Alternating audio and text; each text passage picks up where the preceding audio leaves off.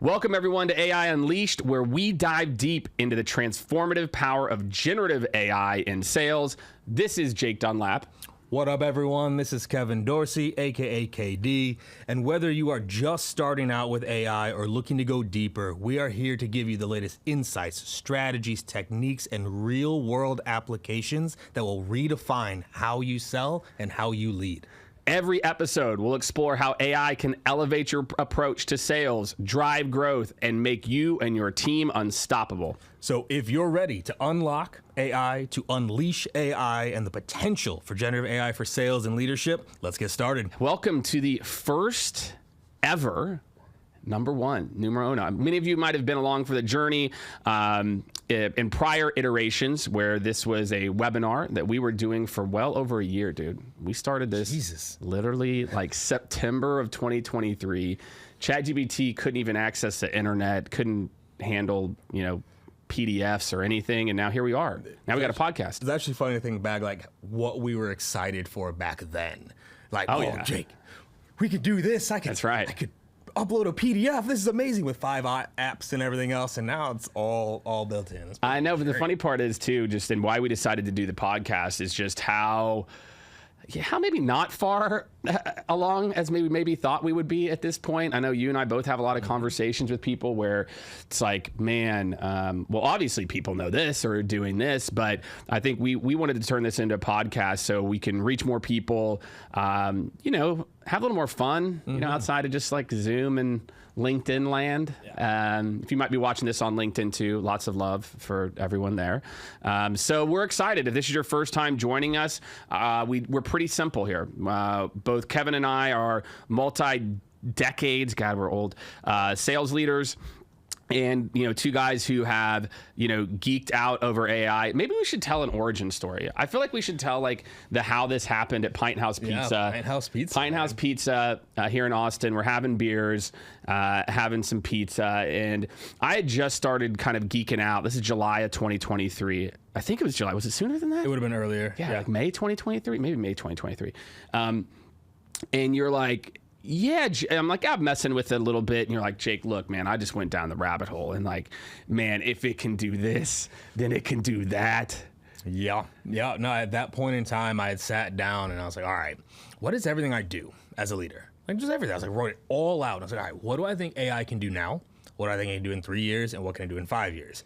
And outside of like give a hug and high five, I was convinced like within Elon's got the robots now. I know. It can do that. The robots weren't real then. And I was like, man, I believe it to be able to do this. And so what triggered for me was, I came up with this phrase, if anyone's going to replace me, it's going to be me.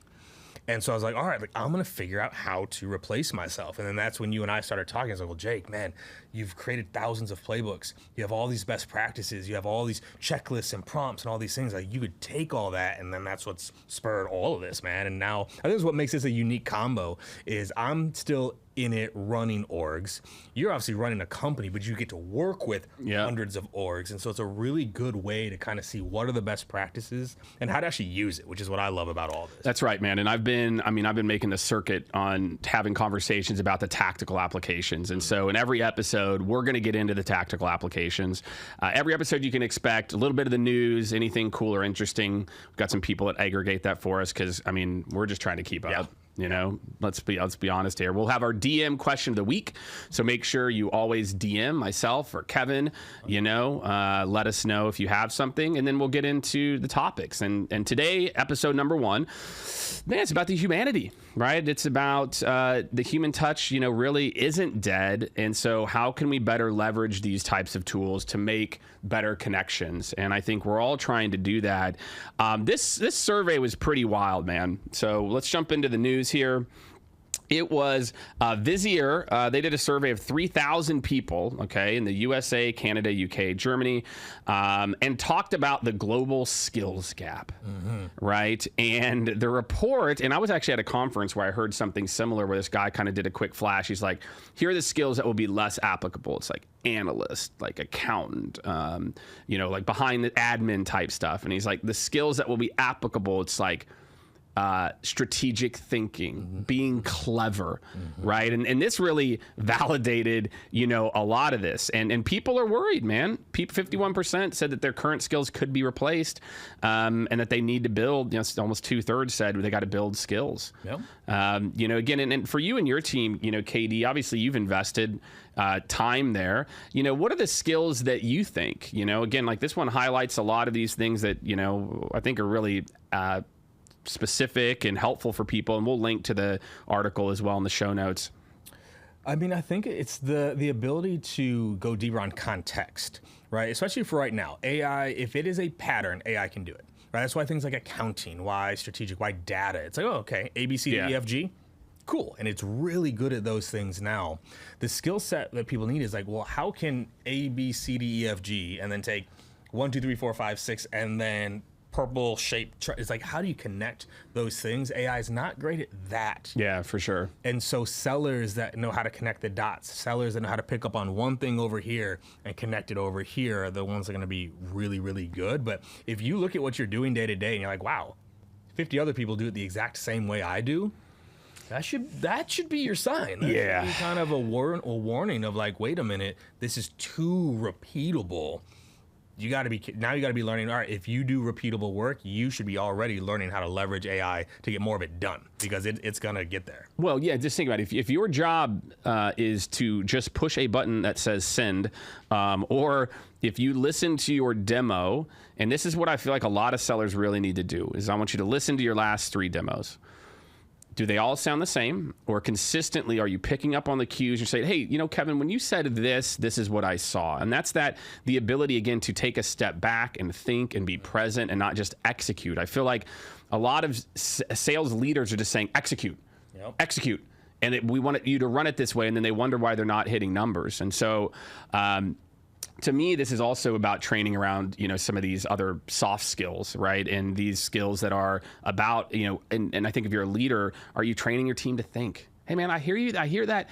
I'm not going to give you the answer. Tell me what you think. Yes. And what I think is so important is like, if people listening or watching, it's not that, all right, you get AI to do more of it. It's actually supposed to create more space to do the thinking. That's right. The way most people are leveraging AI right now is like, oh, I can just do more of what I'm doing, not get better at what I'm doing. And that's my worry in a lot of this is sellers and teams are like, oh, well, I could send 50 templated emails on my own before AI. Now I can send 5,000 templated emails on my own. And it's like, no. The whole point was that if it could write it 80% of the way, you could write better personalized emails on those 50 because it wouldn't take as long. That's exactly it, man. And I'm having that conversation, I feel like, over and over again where, I have this saying where I'm like, for something to be scalable, that doesn't mean it's automated. And your Tesla has a human who does Q&A. Your other thing, the human is meant to be in the loop. And to your point, I think, the skill set is to be able to understand, like, okay, it's got it to here. Then I switch my brain on and I say, okay, well, what does a VP of Ops in industrial manufacturing? ChatGPT, teach me what this means, what they care about. And now let me do this. So if you're somebody out there who's, thinking about, what to study or skills to gain, you need to learn how to use these tools. But I think more importantly, what this study shows and others that I've seen is that, you've got to turn your brain on. Yes. If you're not focused on building skills that really make you smarter to where you can be additive. Well, what I found really interesting in that study was the difference between executives, second line, and call it like individual contributors. Like, it sounds like execs are spending a little bit more time trying to learn this stuff, which would kind of make sense. It's like, all right, from a business level, okay, I want to understand like how is this going to affect my business. But I think the study shows was like 80% of owners spent time educating, 43% of middle management, and then 27% of entry level. If anything, it should be the exact opposite. It should be completely flipped. It should be the entry level that's learning how to do their jobs better with AI. Managers learning how to better empower their people with AI, and then the execs learning. Like, I was shocked by that because also at the same time in our world, I feel like it's the opposite. I do too, right? man. Like, I think in the sales leader world, man, because at these conferences, I'm having people raise their hand, and they're using it. This last one I was at. Almost every leader raised their hand, and I said, "How many of you do you think your team's using it?" And like 20% of hands. I was like, "Guys, you're wrong. It's so wrong. Yeah, Gong had a study that Gong shows, I think it was like 85% of salespeople, use or have used Gen AI. I can't remember the time period, but I literally 2 weeks ago saw this stat. So I think you're right. I do feel like maybe sales, it is a little. Which is weird. Like it shouldn't be that way, but it is. It feels like it's SDRs, AEs use it more than managers, who definitely use it more than VPs. And we're talking to CROs. It's like, oh yeah, I went in there and I asked it to write an email. My RevOps team is looking into it. Our IT team looked at Copilot. Oh, good. That's a whole. We're going to do an episode. We're going to do an episode that is specific to IT people and why Microsoft Copilot is not your generative AI answer. It is good. Like, there are some things it can really do. I'm going to get on a tangent, but I'm telling you right now, the amount of conversations last week and this week, KD.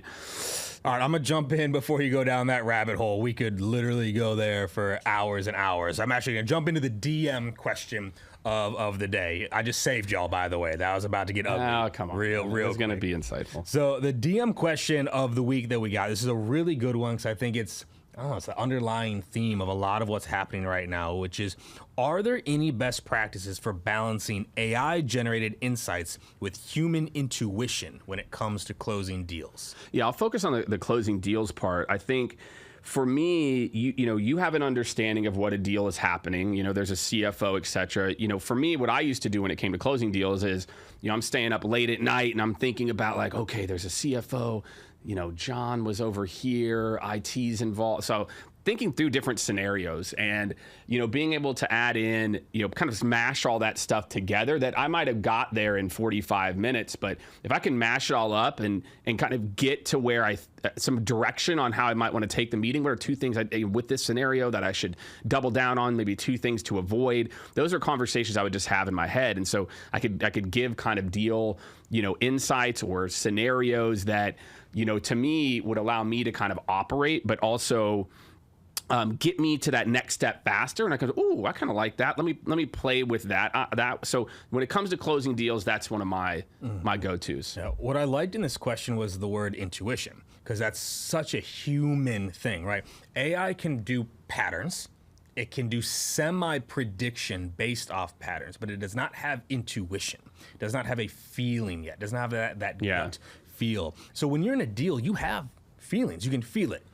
I was pitching and I think I lost Jake here. Yeah, I heard someone go high pitch. Oh yeah, I heard that. Oh yeah, which we all know. I was actually just talking with someone about this yesterday. It was about a job application, but it applies to sales. Where they're like, I felt I lost the CRO. Like I don't think I did a good job of getting specific enough. And I was like, so if you felt that, how did you address it? So I would encourage people, share your feelings. I know this sounds weird. Share your feelings with ChatGPT. Here's how I feel about it. This is what it felt like. The CFO didn't seem engaged, right? Or like, I don't quite know where to go from here. And I'd highly recommend y'all, and I've noticed this too. I can't remember what it's called now. There's a plugin or whatever, like a mic plugin that you can speak to it a bit more and like just let it flow. So I think a lot of people, they sit down. Oh, yeah. I can't remember what it's called, but it's like on your morning walk, you're walking the dog, that 45 minutes where you're like thinking through it, talk it out. Oh, yeah. So, yeah, the deal's here, and I'm really I need to find a hook or like share your intuition with ChatGPT, and it will give you better insights. Yeah, if you guys haven't messed with the new ChatGPT mobile interface that came out, the mobile voice interface that came out 3 weeks ago, you highly should. It used to kind of be call response, and now it'll just kind of sit there and listen, and it's better at picking up on it. And I love that, man. Yeah, the intuition piece, I think, is. You just have to share it, because that's where we miss. You feel something, you felt it, you were on that call. How did the call feel? It felt good, but I didn't get confirmation at the end. Or it felt good, but when I told them about the pricing, they clammed. Like, share that stuff, and then that will give it the insights. Or if you're like, I need something in the proposal that will be a good hook for the CFO who jumped 30 minutes early, like that type of stuff, I'd encourage people to do, but say it. Speak it to ChatGPT. It's so much better. I think so, yeah, that ability to really think it, because sometimes you don't get those nuances when you're typing sometimes of like, yeah, but this or but that. And it's interesting that you're bringing that up too, because maybe for a lot of sellers who might, not want to talk to their manager, or might be like, well, crap, I can't tell them this, or I don't want to tell them I actually feel like I blew it, or I feel like this. I think what you're getting at too is like there's a pretty tremendous application here for, people to be more vulnerable and, to get the feedback and give their intuition, which can make the advice better the same way you would your boss. Yeah. No, I mean, I've said this to people, and it gets people all fired up, and they come after me with their pitchforks and whatnot. But I was like, I actually think at the management level, this starts to do some replacement easier, because if you think about some of the things managers have to do, okay, well, role play. Well, they can only role play with so many people. AI can help with that. Inspection. They can only inspect so many deals. AI can help with that. Coaching, right? Most reps actually don't bring things to their managers and leaders as often as they should, because they're afraid of shame. They're afraid of sitting down in front of Jake and going, yeah, Jake, so here's next step. They will do that, man. Managers will throw that in their face, man. That's real. Right. It's like, oh, wait, you don't have next steps? What do you, it's not calendar. So people just don't even bring it to them, and they hope it doesn't get caught in the pipeline review. Whereas if after every deal, they're like, all right, so here's what happened on that call.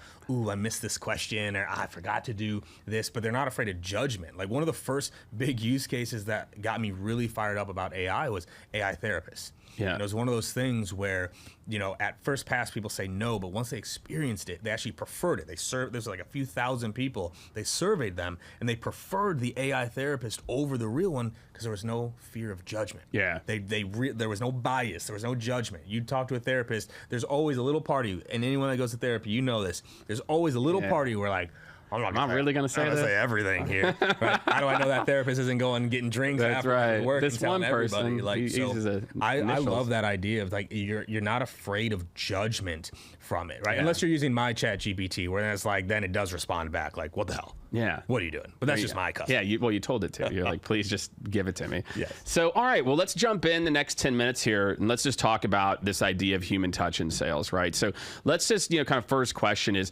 how do you see this evolving next couple years, man? The human touch, the interaction. For me, I think we just have to think about different options for different people. Some people, let's just call it what it is and think about your own B2C. Do you want a human touch? Like, sometimes no. Sometimes I just want to interact and learn a little bit more. Sometimes I want to self-guide. And then other times I want to talk to somebody. I want them to, hey, let's just set up 15 minutes and you take me through it, right? So I think a lot of this to me is about the not getting rid of a human touch. It's about when is the human touch right for each individual, and when do we personalize, et cetera. So what are the next few years, do you see this evolving to? Yeah.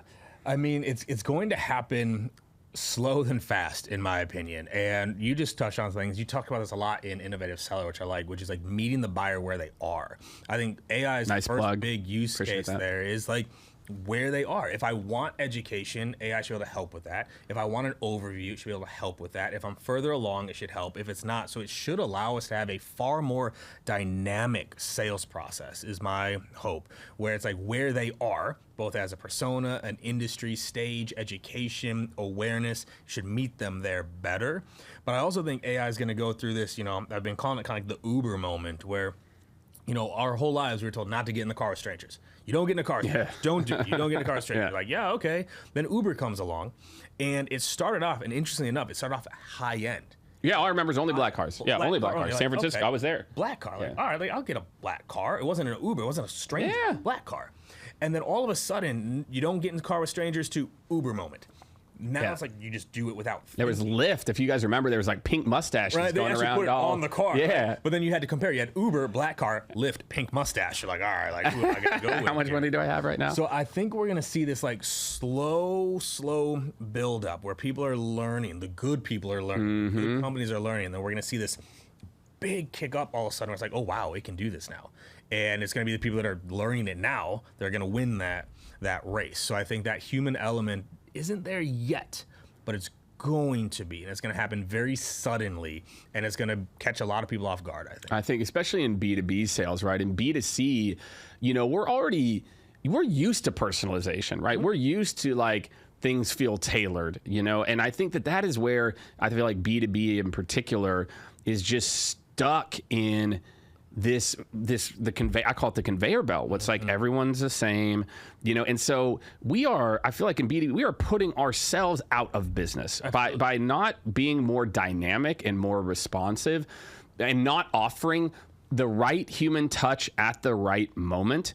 I think a lot of the B2B sales leaders today are like, I'll be out of the workforce by then anyway. They don't care. I'll just keep riding it out. Look, if you work at a Vista company, nobody got fired for implementing value selling. You know, if you raise, but you know, with Andrews, and no one got fired for implementing Medic or, you know, Storm Ventures or Insert whatever. And I feel like, man, we're just running back these plays, and they're all so human heavy that the human touch is important. Yeah. You know, McKinsey had a study out that's I think 2023, and it was like 30% of people were ready to self-service at like 40 or 50K. And, you know, it was like there was like 5 or 10% that were in like low six figures ready to self-service. And I do feel like the question shouldn't be, you know, just purely, you know, is the human touch dead? It's not that. It's that the human touch and where people want it is evolving. Well, and this is where I've challenged people from time to time. Is like, you know, people want to buy from people. Okay. Sometimes I really don't. I really don't want to talk to anybody. It's like people don't want to buy from people. That's not what it is. They want to buy from, I'll say, something that gets them what they want. Right. If a human can get them what they want, great. And sometimes when we say human touch right now, more often than not, what we're actually saying there is someone to answer my questions. Yeah, exactly. That's when we're really like, if you actually break down, it's like, well, people want to buy from people, or sometimes I just want to talk.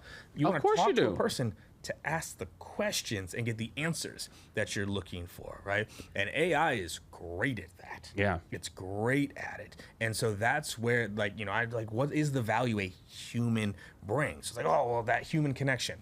Oh, yeah, because, you know. What is that? Buyers love to connect with their sellers, you know, and they send them Christmas cards every year and all those things. I don't even do that anymore. It's education that is more often not that human connection, and it's understanding where it's like, hey, like, I don't know. And this back to what we opened up in the intro, the ability to connect the dots. Human can still do that better now-ish. Yeah, the connect the dots piece. And there's complex situations where you're triangulating, you know, one is a different type of variable and a different thing and tone and pitch, and then boop. Because we have experience. We've heard it before. Yeah. We've gone through this pitch before. We've experienced before, and we can nuance it. AI in selling doesn't have that right now, but it's going to, as it's analyzing millions of sales calls and millions of deals and millions of buyers and millions of personas. Like, that's where it's going to get very, very interesting. So what do you think, man, in terms of, you know, how can you combine this stuff, dude? Like, again, like we've given some tactical application, but again, let's focus on the human interaction. And I gave some examples to, let's say if you're a seller, you're account executive, you're sitting out there, or sales manager even, and you said, you know, what are some things that I could do now? Like, what are some of those things that I could do now that could help me to maybe put in place, spend more time doing the human touch, or more time, you know, saving me time so I can go spend it? Are there like one or two practical applications, either, you know, AE or sales leader, that you said, hey, if I got to pick one thing, and again, there's no such thing as a perfect thing. Each of you need maybe a little something different. Is there one or two things that jump out to you? I think you know, we're talking about it a little bit. It's sharing your thoughts with ChatGPT. And I know it sounds weird or creepy, but it's like, where are you in the deal process? What have you experienced it before? We're kind of just talking about that. You have experience. You know, I've sold deals like this in the past, and then here's what happened. Or here's my feeling on this deal. Or I'm really trying to craft something new, something unique, right? That, funny enough, if things get better, that feels human. Right, it's actually like, it's weird, like how these nuances work, and like sharing these things around it, you know. And that's why we talk about, like, you know, sharing it very audio, right? Do the mic, you know, at where you can talk into it just to share. Because I think a lot of people, when they sit down, it's weird, but it's like, no, like, here's where I'm at. So I think that would be one. Two, just be like, insert humor, like, have fun with it, come up with, like, you know, ideas, jokes, memes, whatever else, where then again, that's a human element there. So I think that's how I would look to combine it. AI, great on patterns, great on insights, great on data, great on things like that. Humans, great on intuition, feeling, listening. Put those things together and share your experience. I've lost deals like this. I've gotten stuck here before. How can I prevent that from happening now? Yeah, so going deeper, I think that's for everyone. I think we're just not used to being able to interact with machines with giving a level of detail and insight that actually improves the quality of the output. You know, Google has trained us to be like, if you give me more than 5 words, forget about it, right? And so, you know, if you've been in the workforce for a long time, this idea of tell it what you're feeling, coming up with ideas. Our brains have been hardwired, these super highways of neurons telling us that how I solve problems is, oh, this thing happened, I have to go start here. And I think for a lot of it, me included, I was talking to a group of college students 2 weeks ago, and it's for a sales class, Skidmore College, shout out to the folks there. Every single one of them, as a part of the class, created a custom GPT. Love it. Every single one. And I've talked to him, he and I have talked quite a bit about this, and this is kind of where we're at. You've got a generation coming out, and I told them, I go, guys, you know that you're ahead of 98% of VPs of sales and CROs. They were sales use cases. They were like based on, they created research bots. They created all this stuff. And I'm like, their ability, that learning curve, you talked about it, and when that's going to happen, man, this is actually kind of giving me some insight into that. I'm like, you guys are already ahead. You guys are ahead of the game, and so it's going to happen. So I think a lot of this is just the human touch is still a very important. And I think a lot of people just need to be cognizant of, are you bringing the human touch?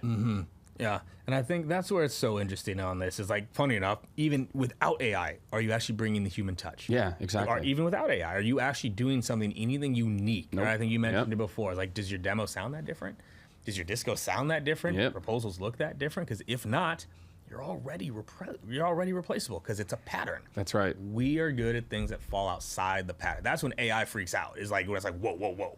We were doing numbers and now we're at letters and colors. Yeah, we were just doing that. We were coming up with an acronym, and it was like this revs, and then all of a sudden it's like, well, it's like an R, but every letter starting with something different. And it's like, but there's an R in it. And that's because, once you start to go down the rabbit hole, like after search 8, that's what happens. Any closing thoughts, man? Closing thoughts around human touch, man? Closing thoughts if you're someone out there, trying to get better at this stuff? I think I want to leave with maybe a leadership lesson here, because we've been talking a lot about at the IC level, the rep level. I would just call out leaders of, like, this is a very rare opportunity for you to also talk to ChatGPT on what you want your reps to be doing, right? Like the acronym I always use, right? WIGGLE, WGLL, what good looks like. Establish the wiggle, right? Talk to us. Like, this is how I want disco calls to sound like. Could you create a call scorecard and a that table, or all my reps could use for them to upload their calls into, right?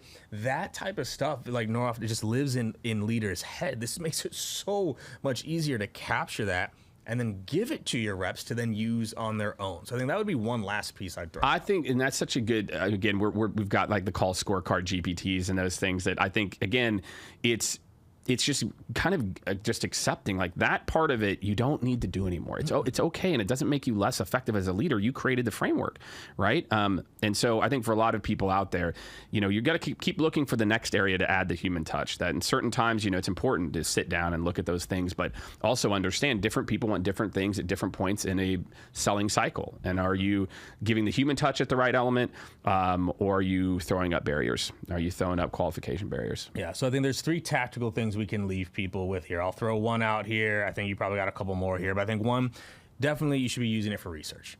Use it for research, right? That's the first use case for me, everyone. Use it, but again, make sure you're telling it what to research, right? Like, what would a great seller research?